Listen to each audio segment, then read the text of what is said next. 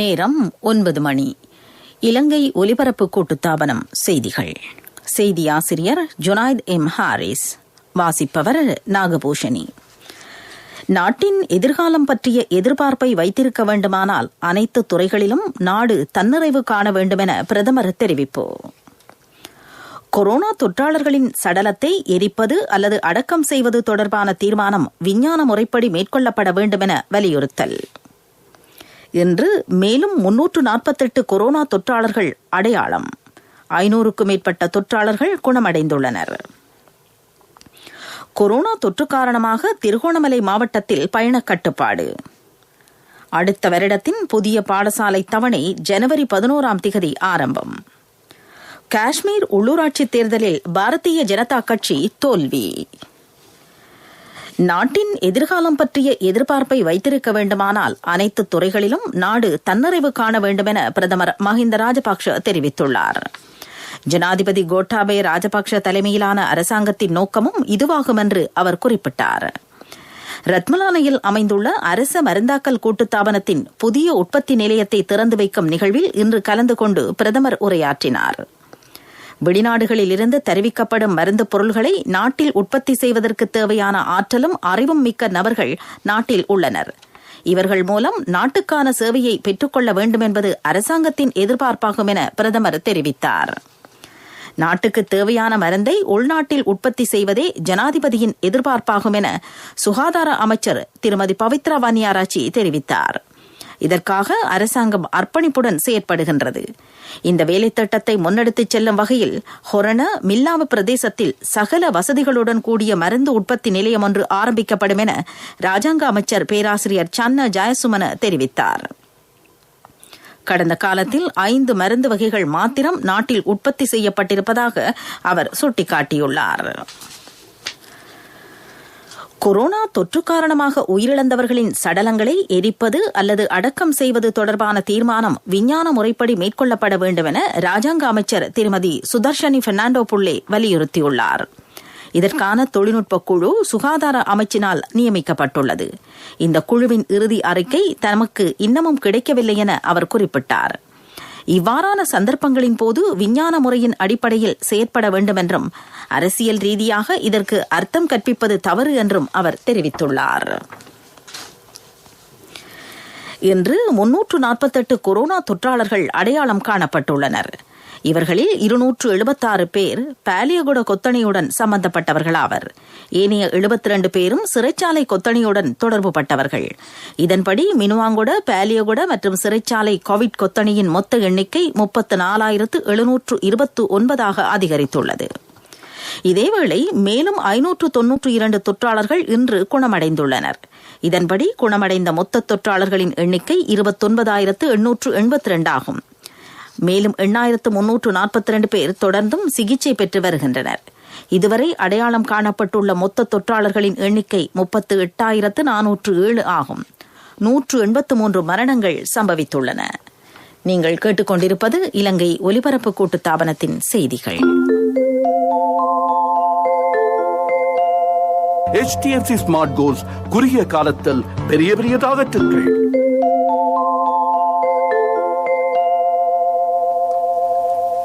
திருகோணமலை மாவட்டத்தில் corona virus பரவும் ஆபத்து கூடுதலாக காணப்படுவதால் தேவையான விடயங்களுக்காக மட்டும் பயணம் செய்யுமாறு கிழக்கு மாகாண ஆளுநர் திருமதி அனுராதா ஹம்பத் மக்களை கேட்டுள்ளார்.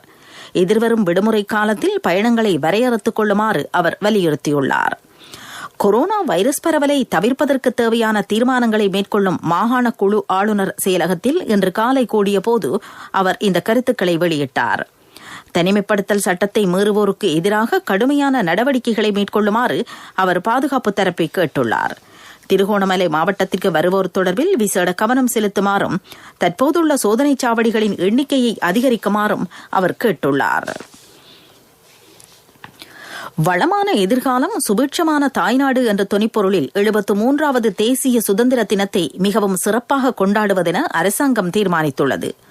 சுதந்திர தின விழா தொடர்பான முன்னேற்ற பரிசீலனை கூட்டம் அரச பாதுகாப்பு உள்நாட்டு அலுவல்கள் மற்றும் இடர்காப்பு முகாமைத்துவ ராஜாங்க அமைச்சின் அலுவலகத்தில் இடம்பெற்றது.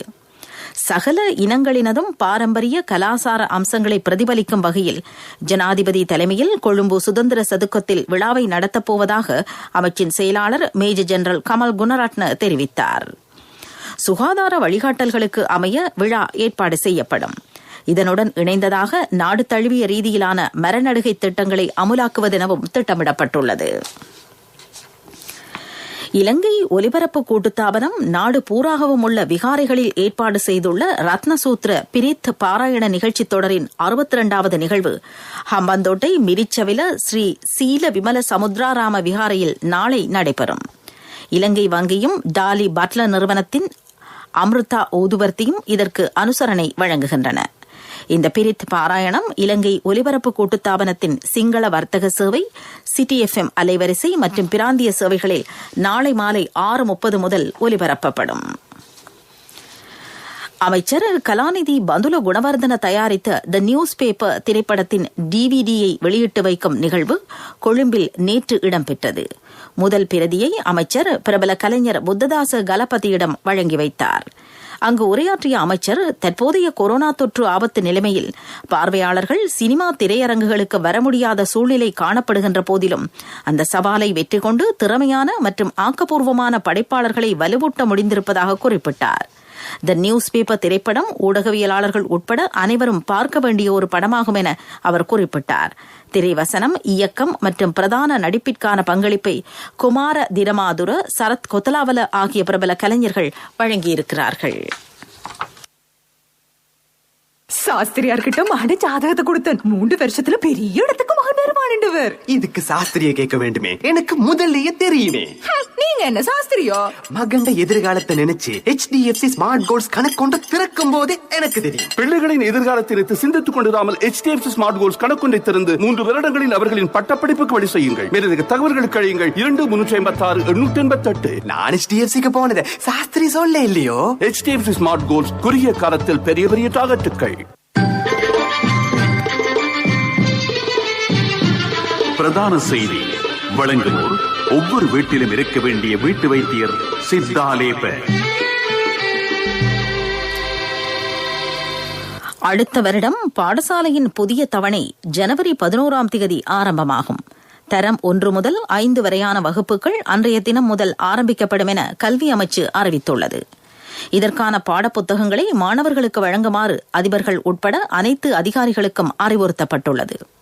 எனினும் மேல் மாகாணத்தில் கொழும்பு, கம்பஹா, களுத்துறை ஆகிய மாவட்டங்களில் உள்ள பாடசாலைகளிலும் தனிமைப்படுத்தப்பட்டுள்ள போலீஸ் பிரிவுக்குட்பட்ட பாடசாலைகளும் எதிர்வரும் 11 ஆரம்பிக்கப்பட மாட்டாது. இந்த வருடத்திற்குரிய பாட விதானங்களை நிறைவு செய்யாத பாடசாலைகள் இருக்குமாயின் அடுத்த வருடத்தின் முதல் 2 மாத காலப்பகுதிக்குள் இதற்காக முறையான திட்டம் ஒன்றை முன்னெடுக்குமாறும் மாகாண அதிகாரிகளுக்கும் அதிபர்களுக்கும் பணிப்புரை வழங்கப்பட்டுள்ளது. இதுபற்றிய மேலதிக தகவல்கள் அடங்கிய சுற்று நிறுவமும் பாடசாலை நடவடிக்கைகளை உள்ளடக்கிய நாட்காட்டியும் கல்வி அமைச்சினால் விரைவில் வெளியிடப்படும்.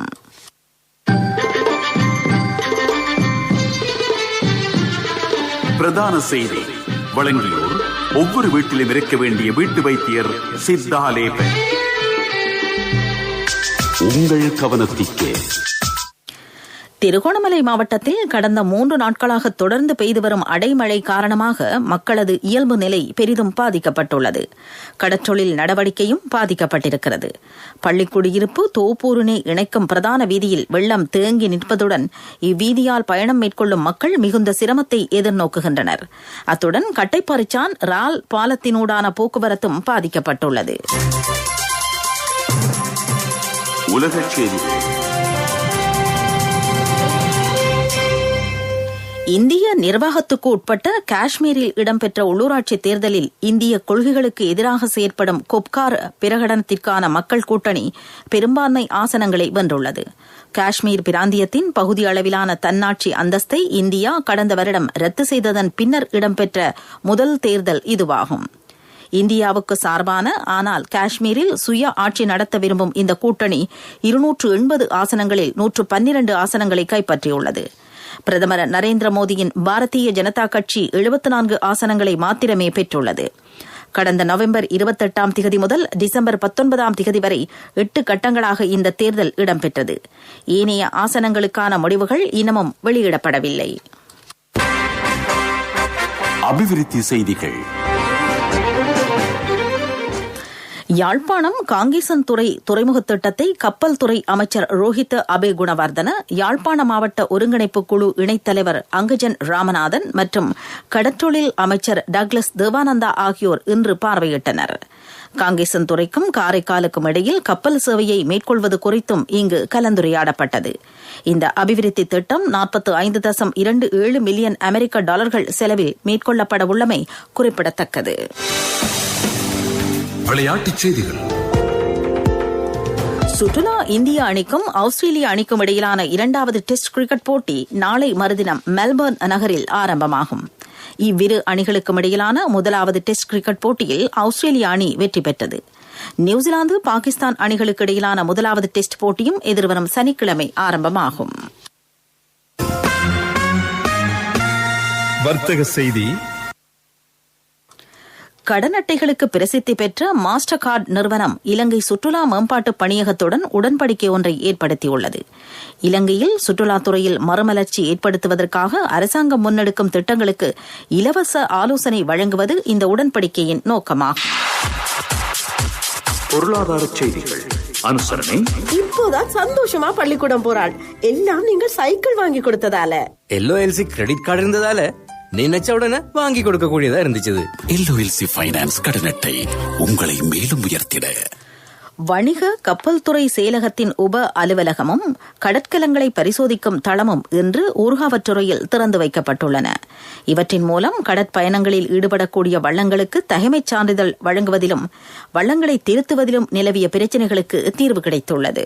அண்ணா, 31க்கு நீங்க மகளுக்கு தங்கம் வாங்குவீங்கன்னு நான் எதிர்பார்க்க இல்ல. எந்த தங்கத்துக்கு தங்கம் கொடுக்க முடிஞ்சது எந்த LOLC கிரெடிட் கார்டு இருந்ததால. LOLC ஃபைனான்ஸ் கடன் அட்டை உங்களை மேலும் உயர்த்திட. காலநிலை அறிக்கை. கிழக்கு ஊவா மாகாணங்களிலும் நுவரெலியா மாவட்டத்திலும் இடைக்கிடை மழை பெய்யும் என வளிமண்டலவியல் திணைக்களம் அறிவித்துள்ளது. திணைக்களம் விடுத்துள்ள நாளைய தினத்திற்கான வானிலை அறிக்கையில் வடக்கு வடமத்திய மாகாணங்களிலும் மழை பெய்யலாம் என கூறப்பட்டுள்ளது. சபரகமுவ தென் மாகாணங்களிலும் களுத்துறை மாவட்டத்திலும் சில இடங்களில் 100 மில்லிமீட்டரை தாண்டிய மழை வீழ்ச்சி எதிர்பார்க்கப்படுகிறது. வானிலை அறிக்கை கேட்டீர்கள். இனி மீண்டும் தலைப்புச் செய்திகள். நாட்டின் எதிர்காலம் பற்றிய எதிர்பார்ப்பை வைத்திருக்க வேண்டுமானால் அனைத்து துறைகளிலும் நாடு தன்னிறைவு காண வேண்டும் என பிரதமர் தெரிவிப்பு.